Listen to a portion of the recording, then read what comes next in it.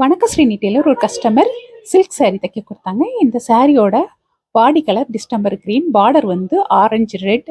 இந்த சாரியோட ப்ளவுஸ் வந்து அதே ஆரஞ்சு கலர் ரெட்லேயே ப்ளவுஸ் கொடுத்துருந்தாங்க. இதுக்கு 1.25 மீட்டரில் லைனிங் எடுத்திருக்கேன். அப்புறம் 1/2 மீட்டர் சில்க் காட்டன் எடுத்திருக்கேன். இந்த பாடி சுற்றளவு வந்து தையலுக்கு 1.5 இன்ச்சு சேர்த்து 11.75. அப்புறமா நெக்கோட வித்து வந்து 2.3, அதாவது 2.5 இன்ச்சுக்கு ஒரே ஒரு பாயிண்ட் மட்டும் கம்மி. அதை அடிப்பக்கத்தில் மார்க் பண்ணிட்டு நெக்கோட ஹைட் 9.5 இன்ச், அதையும் மார்க் பண்ணிட்டு நம்ம நெக்கு வந்து பாக்ஸ் போட்டுக்கலாம்.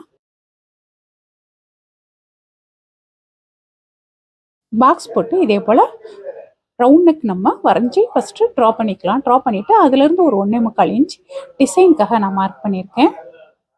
அதே 1.25 இன்ச்சு நெக்கை சுற்றி நம்ம மார்க் பண்ணிவிட்டு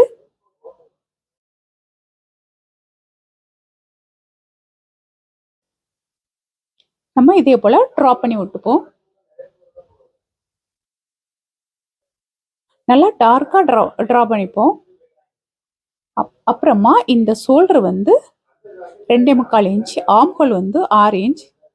நம்ம நெக்குக்கு 2.3 எடுத்திருக்கோம். அப்புறம் டிசைனுக்கு 1.25 எடுத்திருக்கோம். அந்த 2 விடையும் 1 இன்ச் அகலமாக இதே போல் ஒரு துணி எடுத்து 2ஆம் அடித்து எடுத்துடுங்க. எடுத்துட்டு அதுக்கப்புறம் இந்த 2ஆம் அடித்து போட்டதை இந்த டிசைன் மேலே அப்படியே போட்டு கரெக்டாக வச்சுட்டு லைட்டாக தட்டி கொடுங்க. நமக்கு ட்ரேசிங் விழுந்துடும்.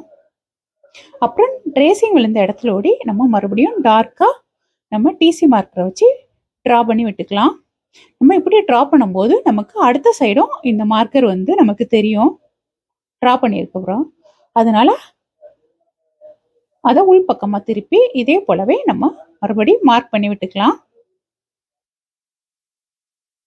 சென்டரில் நாச் போட்டுடுங்க. நம்ம இப்போ பேக் பார்ட்டை நம்ம எது வரையும் நம்ம டிசைனுக்காக இது பண்ணியிருக்கோமோ அது வரையும் தனியாக கட் பண்ணி எடுத்துக்கலாம். எடுத்துட்டு இப்போ நம்ம டிசைனுக்காக கட் பண்ண நெக் பீஸை இதே போல் நெக்கு மட்டும் ட்ரா பண்ணிட்டு மேலே மட்டும் ஒரு 3/4 இன்ச் விட்டு கட் பண்ணிடுங்க. நெக்கோட மெஷர்மெண்ட் மாறாமல் இருக்க தான் 3/4 இன்ச் விடுறோம். டிசைனுக்காக கட் பண்ணியிருக்க லைனிங் கிளாத் அளவுக்கு நம்ம சில்க் காட்டனும் கட் பண்ணி எடுத்துக்கலாம். இப்போ நம்ம எப்படி தைக்க போகிறதுன்னு பார்க்கலாம். இதுக்கு ப்ளவுஸோட நல்ல பக்கம் அடிப்பக்கம் வர்றாப்புல போட்டுட்டு அதனோட கெட்ட பக்கத்து மேலே லைனிங் கிளாத்தை போட்டு இதே போல் சென்டரில் நம்ம நெக் கட் பண்ணோம்ல அந்த பீஸையும் வச்சிடுங்க.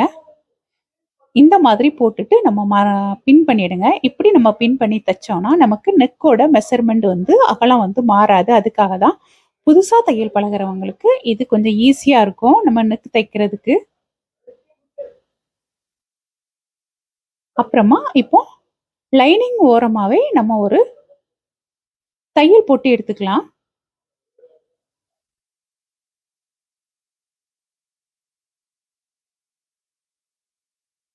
நான் இந்த டிசைன் வந்து கேன்வாஸ் இல்லாமல் தான் தைக்க போகிறேன். நெக்கு கொடுக்கறது நீங்கள் கேன்வாஸ் வேணும்னு ஆசைப்பட்டா கேன்வாஸ் கொடுத்தும் தைச்சிக்கலாம்.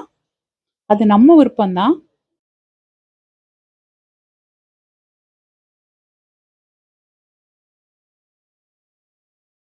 இப்படி சுற்றி எல்லா பக்கமும் நம்ம தையல் போட்டு எடுத்துக்கலாம்.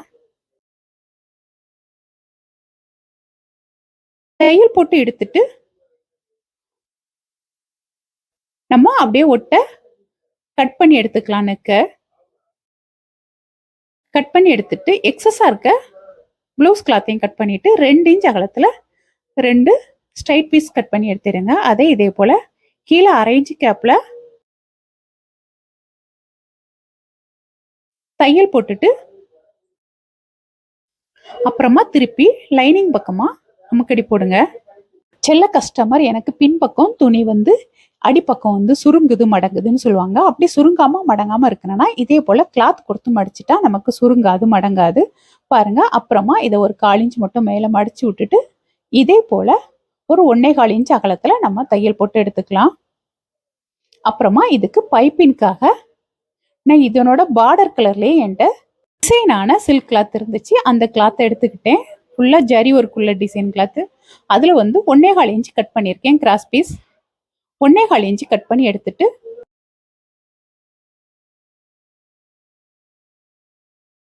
நமக்கு எவ்வளோ கிராஸ் பீஸ் வேணுமோ அந்த அளவுக்கு நம்ம கட் பண்ணி எடுத்துக்கலாம். கட் பண்ணிட்டு அதை கிராஸாகவே ஜாயின் பண்ணுங்க. அப்போ தான் பைப்பின் வந்து நமக்கு ரொம்ப தின்னாக வரும். அதுக்காக தான் நெக்கோட ஹைட்டுக்கு எவ்வளோ தேவையோ அந்த அளவு அளந்துட்டு எக்ஸ்ட்ரா 1 இன்ச் மட்டும் விட்டுட்டு கட் பண்ணிட்டு ஒரு பக்கம் மட்டும் ஒரு 1/4 இன்ச் மடிச்சு தச்சுக்கலாம். 1/4 இன்ச் மடிச்சு தச்சுட்டு அதே போல 1/4 இன்ச் கேப்ல நெக்ல வச்சுட்டு கீழே கொஞ்சம் பொடி தையலா போட்டு 1/4 இன்ச் கேப்லயா நம்ம தச்சு எடுத்துக்கலாம்.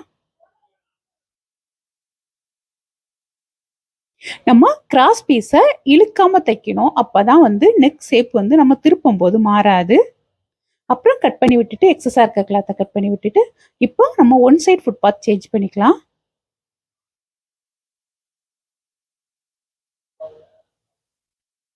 சேஞ்ச் பண்ண அப்புறம் 12ஆம் நம்பர் பைப்பிங் த்ரெட் எடுத்து இதே போல ரெண்டுக்கும் சென்டர்ல வச்சுட்டு திருப்புங்க. திருப்பும் போதே உங்களுக்கு அழகா தின்னான பைப்பிங் இருக்கும். அந்த திருப்பினதுல ஒரு கேப் தெரியும் நமக்கு. அந்த கேப்லயா நம்ம தையல் போட்டு எடுத்தா பைப்பிங் ரொம்ப தின்னா அழகா வரும் நமக்கு. தைக்கும் போது நம்ம கயிறை வச்சே கரெக்டா அந்த த்ரெட் உள்ள இருக்கான்னு செக் பண்ணி இதே போல தைக்கும் போது பைப்பிங் நமக்கு ஈஸியா தான் இருக்கும்.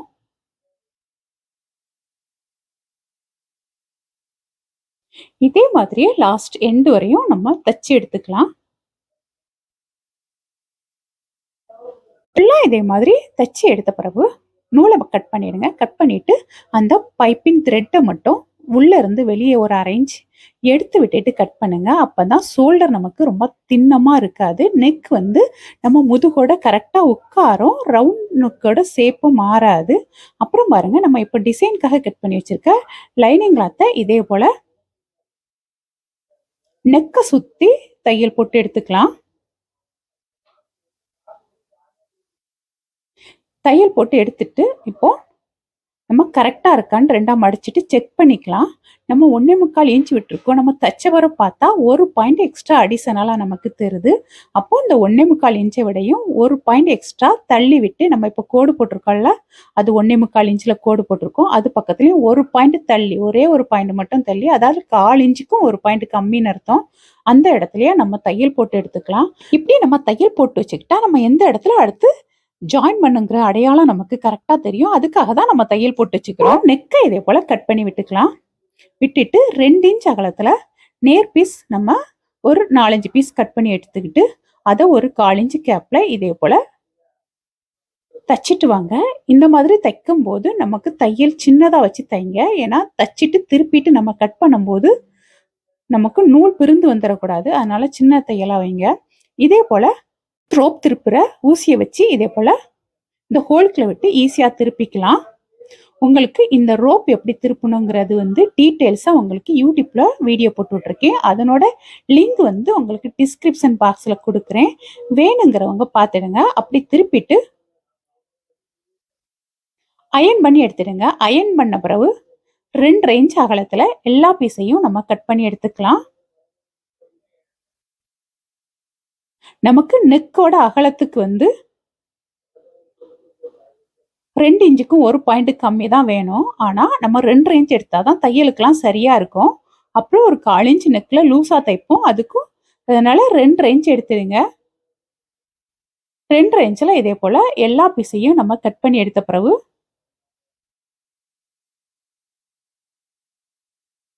நம்ம கட் பண்ணி தச்சு வச்சிருக்க நெக் பீஸ் எடுத்துட்டு மேல ஒரு 1/2 இன்ச் தையலுக்கு ஷோல்டர் ஜாயிண்ட்டுக்கு விட்டுட்டு இதே போல தச்சு எடுங்க.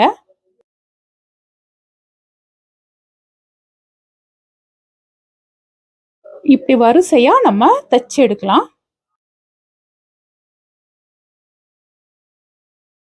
ஒண்ணு பக்கத்துல ஒண்ணு அப்படின்னு வரிசையா நம்ம தச்சுக்கலாம்.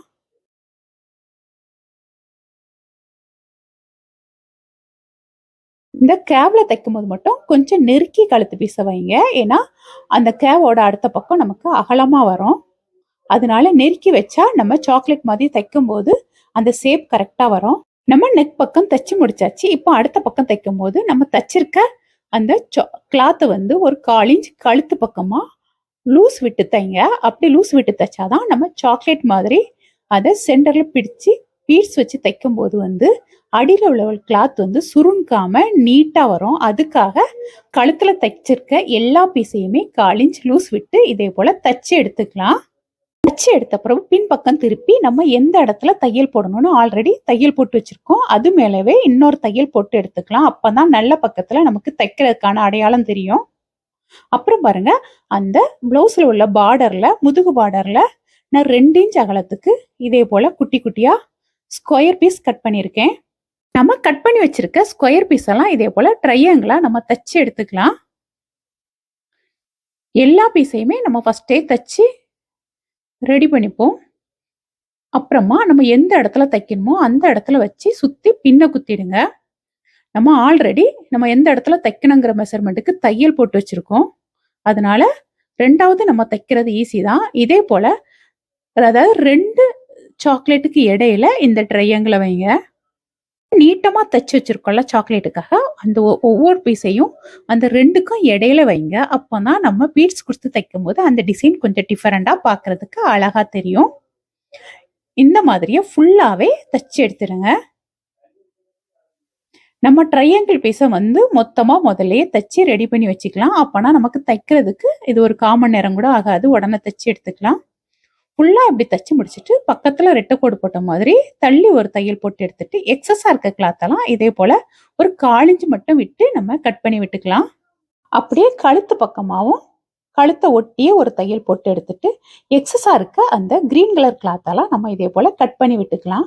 விட்டுட்டு நம்ம இப்போ முன்பக்கம் நான் தச்சு வச்சிருக்கேன். முன்பக்க கிளாத்தை நம்ம தச்சு எடுத்துட்டு 2க்கும் சேர்த்து நம்ம பைப்பின் கொடுத்துக்கலாம். அரேஞ்ச் கேப்ல இப்படி ஷோல்டர் ஜாயின் பண்ணிட்டு கிராஸ் பீஸ் 1.25 இன்ச் அகலத்துல கிராஸ் பீஸ் கட் பண்ணிடுங்க.